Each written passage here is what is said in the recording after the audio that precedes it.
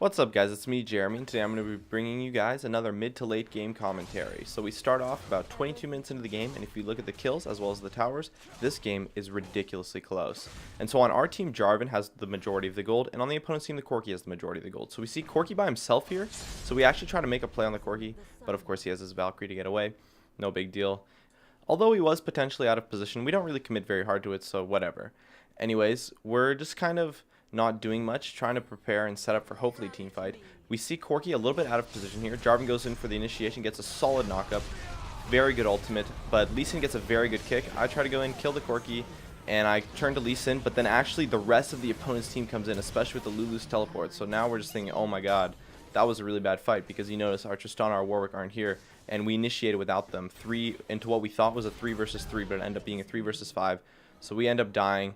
That's really bad for us at this point, actually, because Tristana split push doesn't get us anything. And I personally voiced my concern to the team later on that it's not really something we should be doing. Like our team comp, if we take a look at our team comp, we got Kayle, Warwick, Tristana, Jarvan, Leona. Our team fight is very, very solid. And so the opponents are able to take down our mid tower. So overall, that previous fight was really, really bad. We tunnel visioned on the Corki really hard because we know that he has the majority of the gold on the opponent's team, and he's like such a strong threat. And he was out of position since we were able to kill him. But the opponent's team followed up so hard on our initiation, which was not really something we expected, and very poor teamwork and coordination by us, because we had 2 players not at the fight, whereas the opponent's teamwork was very, very solid, and they ended up coming out on top in that fight because of that teleport, as well as Cho'Gath walking in. And if we actually looked at that, Kayle died before she even got her ultimate off too, so they just destroyed us after we killed Corki.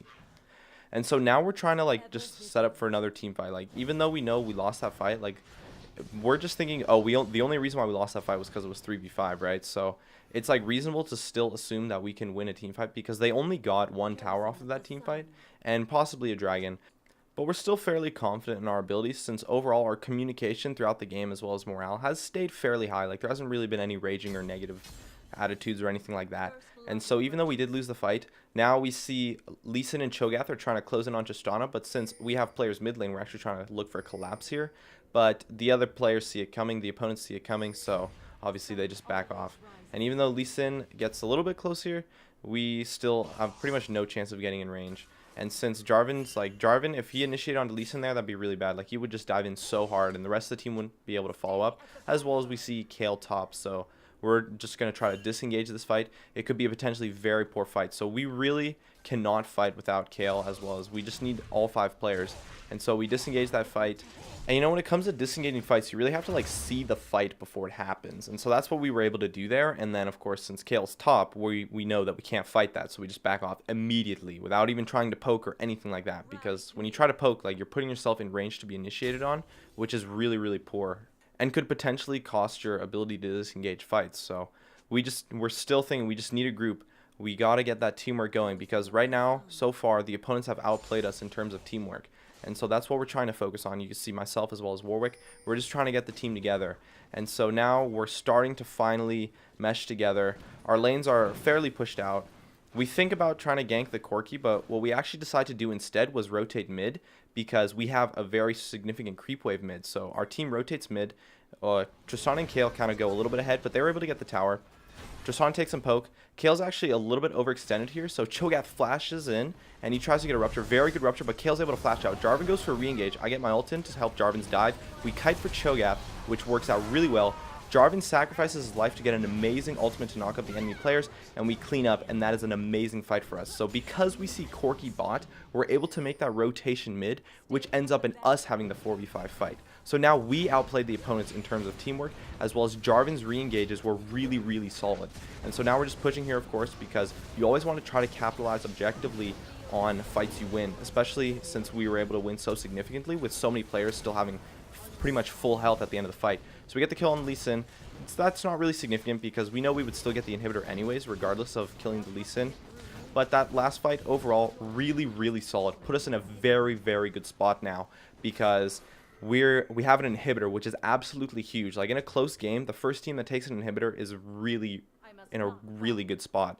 And so that last fight worked out really well. Kale was able to bait the opponents into overextending by flashing the Cho'Gath's Rupture, despite her being overextended initially. So she turned her bad situation of potentially getting caught into a very solid team fight for us. So a very solid play by Kale, great initiation by Jarvan, and of course great kiting on the Cho'Gath by the rest of our team.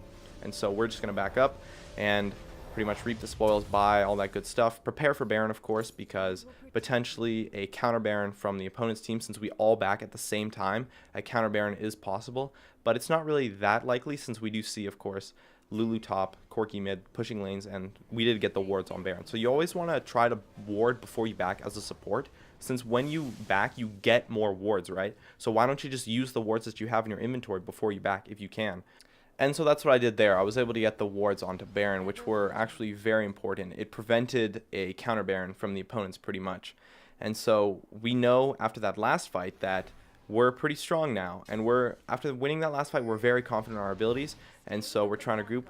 We are about to group mid, but then Warwick actually points out something really good here. No objectives mid. That is a very, very good point for him to bring up. And it's very solid. There's no objectives mid, so why would we push mid? There's absolutely no point.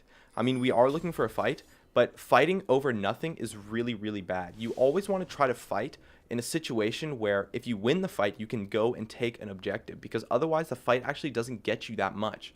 And so we have 2 players pushing top, and we don't want the rest of our team to show top. When you have your whole team show top, it's not that good, because everyone just shows top. And so we ward our entrance. We see Corki and Lulu coming in, and we get a very nice catch onto them.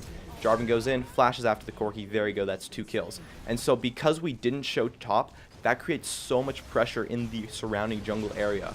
And Corki and Lulu did not respect that pressure. And so we were able to get that easy gang onto them. And now we get a pretty easy siege, since if you take a look, every single player on our team is full HP. And the opponents, both of their damage dealers were killed. Corki and Lulu. So Cho'Gath, Lee Sin, they're not going to kill us. We know they're not going to kill us, so we can just easily siege the tower. And then after the tower's down, we dive, because they didn't back off. They didn't respect our pressure. And so we just keep going. I flash after the Sona, because I know she's going to die in like 1 hit, and I'm able to walk it off. We get the second inhibitor of the game, and at this point, Lee Sin is pretty much the only one alive, because the rest of the team backed.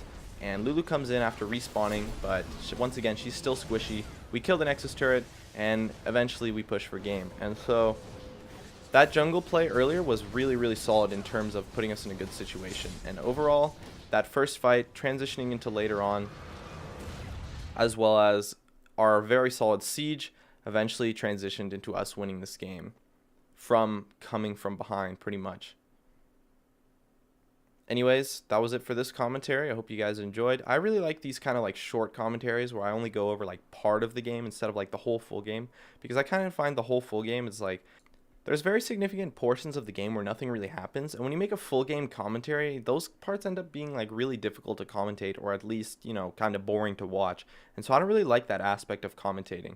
Anyways, this commentary was hopefully awesome. Hope you guys enjoyed. As always, thank you so much for watching, and I'll see you guys next time.